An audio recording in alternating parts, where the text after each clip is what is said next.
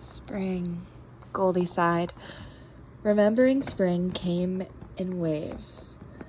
Golden's eyes unfocused, and his mind took him back in time. Out of the three of them, Spring Bonnie changed the most during the diner's heyday. Back then, Spring would always be smiling and singing to the guests of the Fazbear Diner. But behind the curtains, her smile would fall. She would curl in and hide herself. The twins would offer their support and check in with the usually sunny bunny. Spring shared with Golden and Fredbear how her body felt wrong, and it hurt to see herself like this.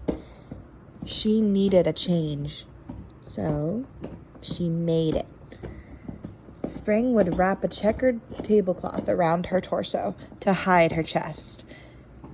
She'd tie her hair back and left her bangs out to give the illusion of shorter hair. She seemed happier then, but as soon as it hit opening time, Spring's hair would go back down and she'd hide the tablecloth. Spring Bonnie would smile for the world, but Goldie and Fredbear saw through that cheerful facade. Eventually, changing at night wasn't enough. Maybe it never was.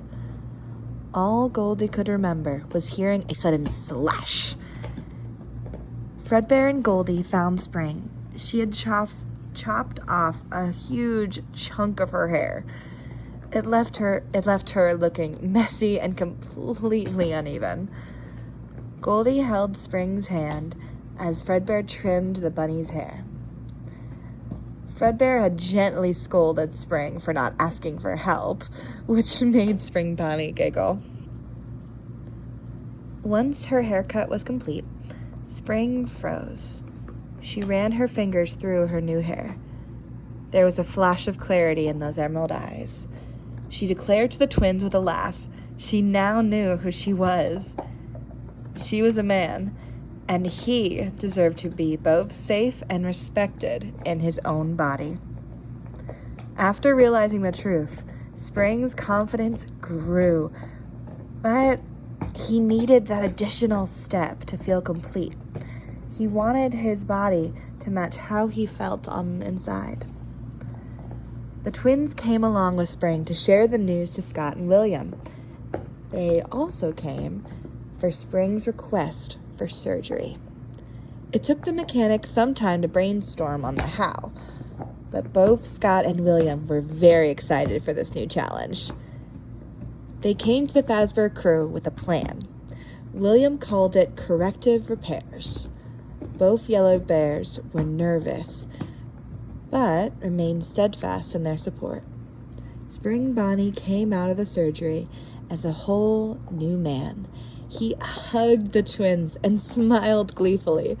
Spring's smile now reached his eyes. He was glowing. Spring brought that joy with him everywhere he went. He sang, danced, and played with such happiness that it was contagious.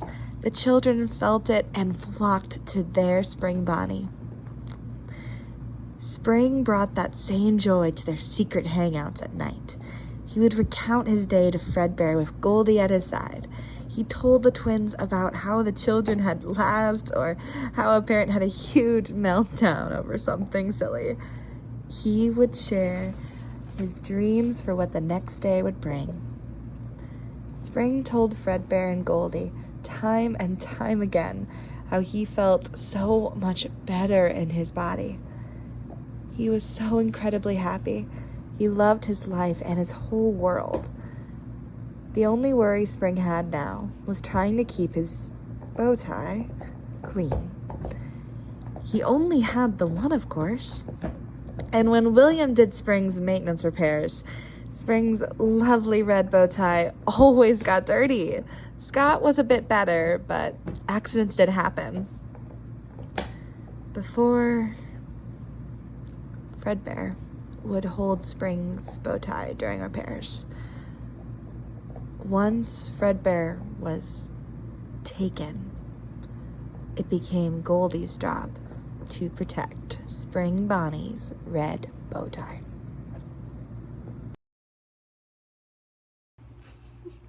Hello, my lovely cupcakes. Elsie Rowe here, and I really hope you guys enjoyed this lovely chapter of our show. Well, lovely chapter of the comic.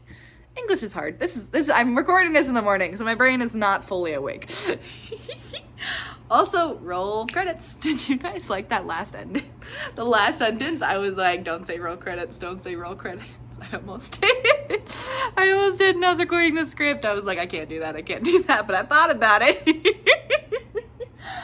Oh my gosh. But yes, my version of Spring Bonnie, if it wasn't clear, is a transgender man. I love Spring Bonnie. Also, I'm gonna double check this. Maybe I'll put it in the comments below, or honestly, I might make a whole video about exploring how Spring is trans. But, so at least on my account, Spring has been trans since like 2016, 17. Actually, it might be before that, 2015. Whenever the first FNAF game was released, or even FNAF 4.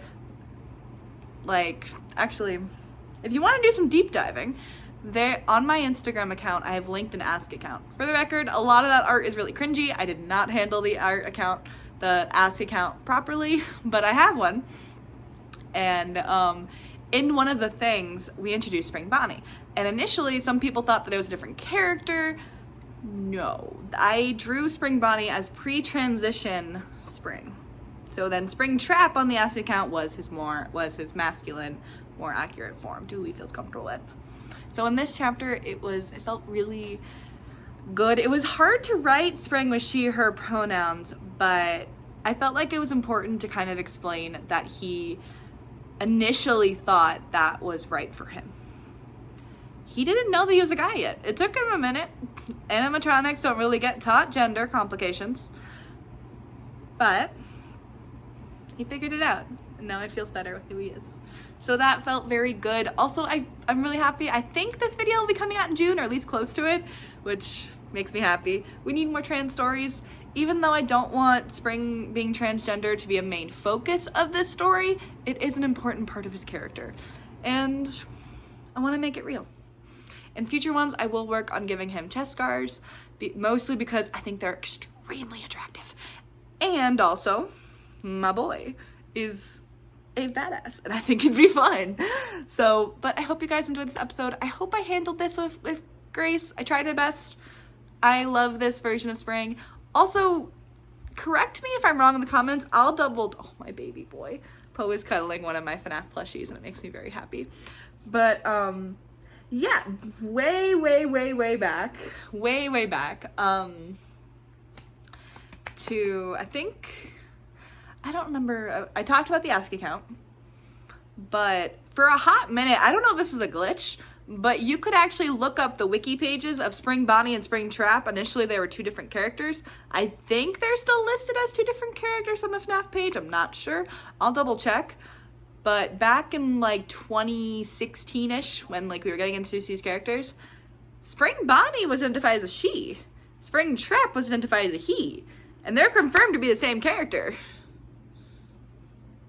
I'm just saying. So Spring Bonnie, Springtrap, being low-key a trans man, is low-key canon. Oh my goodness. Also, guys, that ending. Ow, that ending hurt. Oh my goodness, that ending hurt. But I hope you guys enjoyed this lovely episode of our show. I'm really hoping that this comes out in Pride Month. I think it does. So, if so, happy Pride. I hope you guys enjoyed this. I hope I handled this topic with grace and comfort. I tried my best. If not, please tell me about it in the description below. I want to get better. Thank you, my lovely cupcakes, so much for joining me on this lovely episode of our show, and I will see you next time. Bye!